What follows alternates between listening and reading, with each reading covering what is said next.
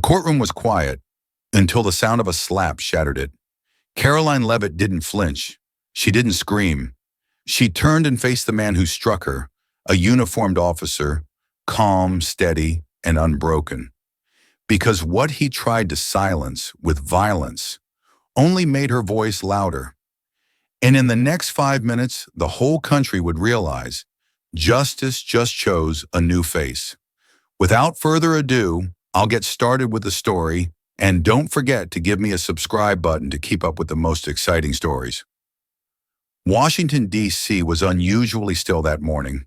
A thick layer of fog rolled off the Potomac, casting a soft gray over the stone buildings that guarded America's most sacred institutions. Inside a historic federal courthouse on Massachusetts Avenue, silence settled like dust. But not for long. The room was packed. Rows of journalists, activists, young interns, and quiet citizens who had lined up at dawn just to witness what they'd heard whispers of. A woman was testifying, not just any woman. Karoline Leavitt, former White House press secretary, a rising star in American politics, a constitutional scholar, and today a witness in a case that had already exposed the rot in a small southern town few had ever heard of. She stood poised at the witness stand. No teleprompter, no earpiece, no staff. Just paper, a pen, and the voice of someone who'd been through more battles than the marble courtroom walls could remember. She was speaking plainly, calmly, walking through her testimony with precision. Then it happened. No buildup, no warning, not even the twitch of a threat, just movement. Officer Grant Bowers stood from the defendant's bench. He didn't shout, didn't lunge. He walked 3 firm steps and struck her, a slap, not theatrical, not wild, deliberate, sharp, sudden, public. The kind of violence that doesn't aim to harm, it aims to humiliate. Karoline's head turned slightly from the impact. Her hair shifted. Her hand never left the paper she was holding. She didn't stagger.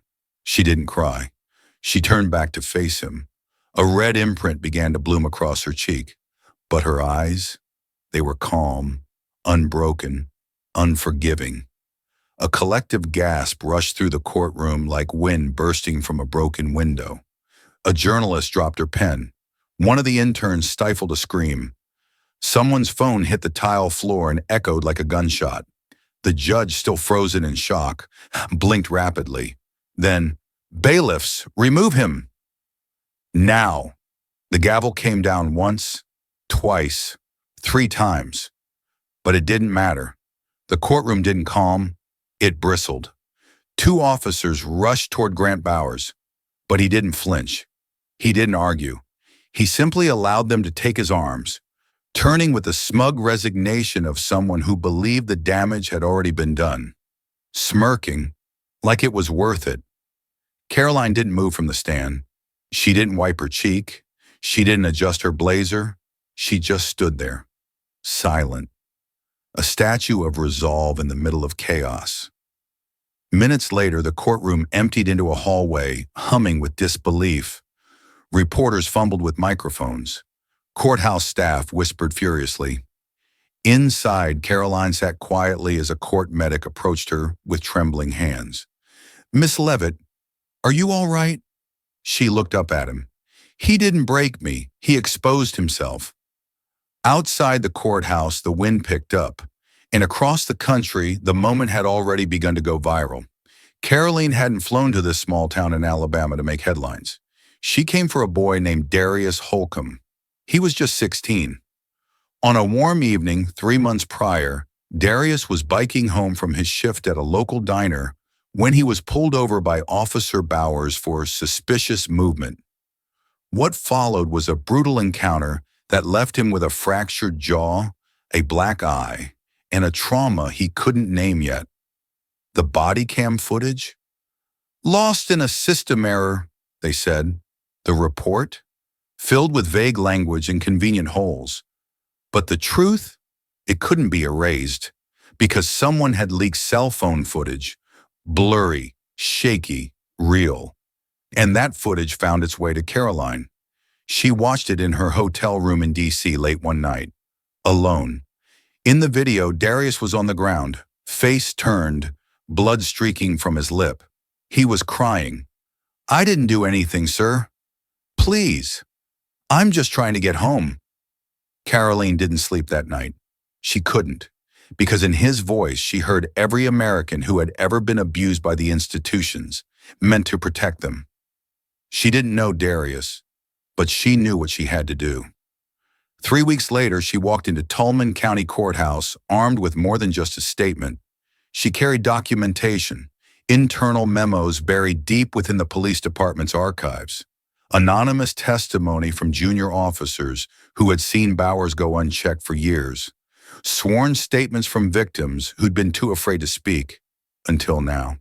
The patterns were chilling. 12 complaints over 5 years, most from young men of color, most dismissed without review, not one disciplinary action. Bowers had built a wall of protection, thick with silence, tradition, and the fear that comes with small-town power. And Karoline? She had come to knock it down. She knew she was walking into a hostile room. She wasn't naive. She could feel it in the stares as she arrived, in the way Bowers' attorney barely nodded, in the tightness in the judge's jaw, in the whispering gallery. They didn't want her there. They wanted her quiet. But she wasn't there to please anyone. She was there to speak for Darius, for his mother who still couldn't sleep without hearing the echo of her son's scream, for every resident in that town who had avoided eye contact with the police out of survival, and above all, for every American who still believed the law was supposed to protect the people, not protect itself. She opened her binder slowly as she took the witness stand. The courtroom watched. "On April 14th, she began, Officer Grant Bowers stopped a minor without cause. The stop turned violent, and the system tried to pretend it didn't happen." Her voice didn't tremble. Not once. Day 2 of the hearing. The courtroom was tense from the moment the doors opened. People could feel it, like static in the air, the kind that made your skin crawl and your heart race without knowing why. Karoline Leavitt stood at the front, composed, quiet, holding a document that few in the room had dared to read, let alone speak aloud. A former officer's sworn testimony. It detailed unreported beatings, suppressed complaints, and one line that would echo in headlines for days. "Officer Bowers once told me, 'I write the reports. I control the story.'" Karoline didn't name names. She didn't have to. Everyone knew. She turned another page, her voice steady. "This isn't about isolated misconduct. This is about an ecosystem that rewards silence and punishes truth." Gasps, shifts in chairs. Even the court stenographer paused briefly before catching up. Karoline looked up, eyes scanning the room. She didn't smirk, didn't challenge. She just told the truth. And that truth? It cracked something in Officer Grant Bowers. He had been sitting like a stone all morning, arms folded, jaw set, lips in a tight line. But as her words cut deeper, his eyes began to burn. He stood. At first, people thought he was leaving, but he wasn't. He took 2 steps forward, and before anyone could stop him, he slapped her. Hard. The sound hit the courtroom like a gunshot. A woman in the gallery screamed. One of the attorneys shouted, "What the hell?" Reporters dropped their pens. The judge rose from the bench, face drained of color. Karoline staggered slightly, not from force, but from the shock of the moment. Her hand rose briefly toward her cheek, but she didn't cover it. She let the red bloom. Let it be seen. And then she turned her head, slowly, calmly, and met Bowers' eyes. "That's who you are," she said. "And now everyone sees it." The room gasped again. 2 bailiffs grabbed Bowers, cuffing him with practiced speed. But he didn't resist. He smirked, like he thought he'd made a point. But he hadn't, Because as cameras clicked and phones recorded, the truth became undeniable.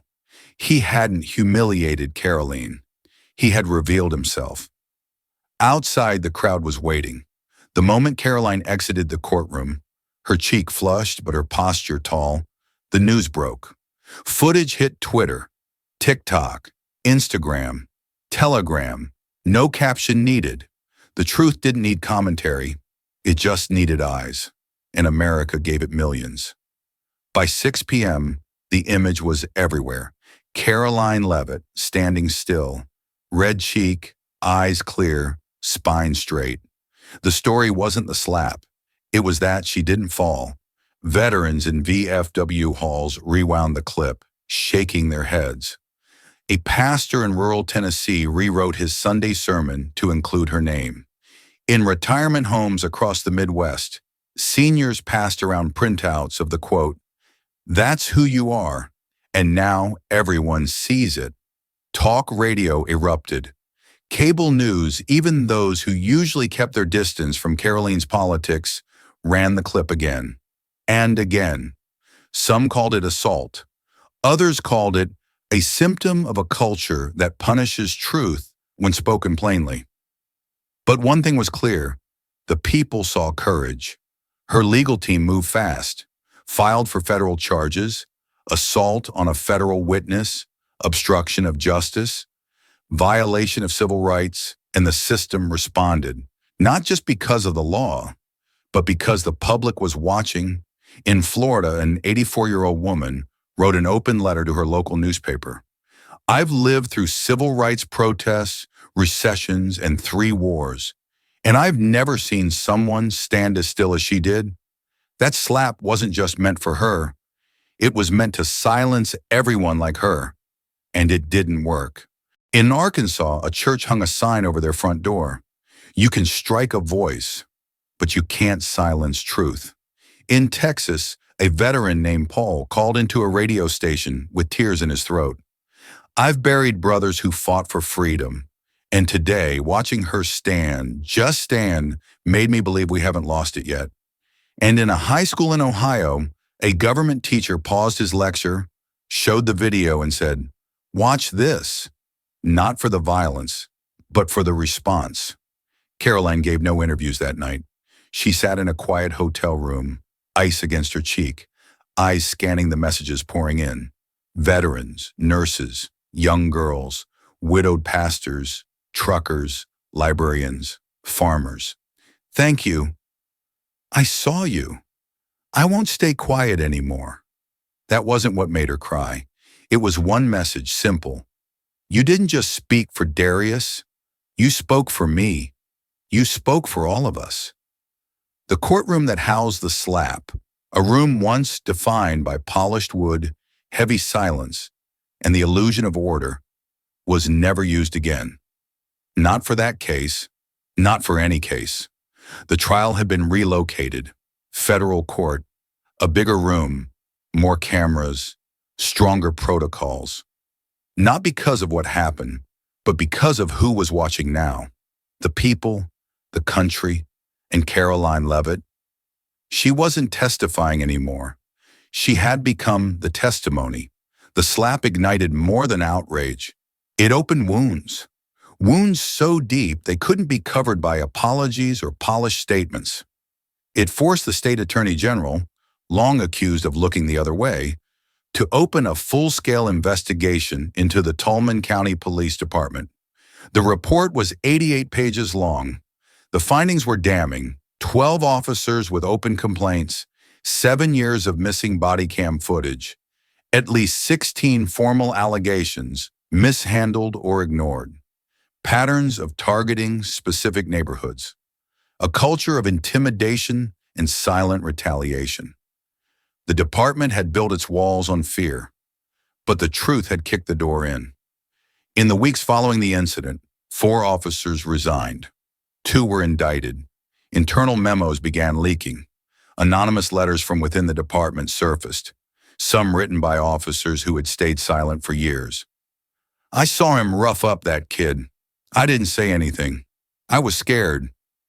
We all knew Bowers had a temper, We just never thought he'd snap in public. Caroline's not the first person he tried to break. She's just the first he couldn't. And then came the verdict. Officer Grant Bowers, convicted on all counts. Felony assault on a federal witness, obstruction of justice, violation of civil rights, sentenced to 5 years, no parole. But that wasn't the part that mattered most. What mattered was the look on Caroline's face as the judge read the sentence. She didn't smile. She didn't speak. She just closed her eyes for 2 seconds and let the weight fall. After the ruling, she walked quietly out the courthouse doors, not to a press conference, not to the cameras, to the back steps where Darius Holcomb and his mother were waiting. They didn't hug. They didn't speak right away. She just sat beside them, hands clasped, hearts finally exhaling. That Sunday, Karoline returned to her hometown in New Hampshire. Her flight landed just before sunrise. No media waited, no protesters, just stillness. She drove herself to church. It was the same little chapel where she had grown up, where her father once handed her a Bible too big for her hands, and her mother taught her how to kneel even when she was afraid. The pews were half full, mostly older folks, familiar faces. The organist was playing something soft. The light through the stained glass painted amber and blue halos across the floor. When she entered, no one said a word. The pastor looked up from his notes. "Church," he said, nodding toward the door, voice thick with reverence. "That is what courage looks like." Karoline didn't wave. She didn't raise her hand. She took a seat in the back row, bowed her head, and prayed, not for vindication, for the system, the one that had nearly broken beneath its own weight. The letters started pouring in the next week, thousands of them, handwritten, typed, some tear-stained, some sealed in envelopes scrawled with "Do not ignore" in capital letters, from mothers, veterans, pastors, school teachers, blue-collar workers, elderly couples. "You reminded me what standing looks like. My granddaughter watched you. She said she wants to be like you. They tried to silence you. Instead, they gave us a voice. You didn't just defend that boy. You defended every one of us who's ever felt small in front of power." Karoline read every single one. Some made her cry. Some made her smile. But one letter written in shaky cursive on yellow legal paper hit the hardest. "I'm 84. I watched the hearing with my great-granddaughter. When he hit you, I held my breath. When you stood still, I exhaled. We both cried. You didn't just survive. You won. Thank you." She pinned that one to the wall in her kitchen, right next to a photo of her family Bible. And the shift. The town of Tolman didn't just change overnight, but it did change. The Department of Justice placed the police department under federal oversight. Body cams became mandatory. An independent civilian review board was formed. Officers were retrained. Community forums were held every month. People started attending. Older residents who hadn't spoken out in decades began asking questions, pointed ones. Teens who once feared walking alone now walked into City Hall demanding answers. And Darius? He went back to school, took up student government. He gave a speech months later, quoting Karoline without using her name. "You can be hit and still be whole. You can be wounded and still be right." The auditorium gave him a standing ovation. Karoline didn't talk about Officer Bowers again. Not in interviews, not in speeches, not in writing, because the story was never about him. It was about a boy too afraid to ride his bike home, about a town too used to looking the other way, about a system that almost failed, and the woman who stopped it. When asked later how she stayed so calm, Karoline didn't talk about strength. She talked about faith. "I've been hit harder," she said once in an interview, "not with hands, but with doubt, with silence, with the weight of being underestimated, and none of it ever stopped me." On the 1-year anniversary of the trial, Karoline returned to Tolman for a community event. She spoke in the park where the protests had once gathered. The sun was setting. The breeze was warm. No cameras. Just people. She stood before them and said, "They tried to make truth a crime, but truth never needed permission to speak. It only needed someone brave enough to say it aloud." And then she stepped aside. "Let Darius speak next." He didn't hesitate.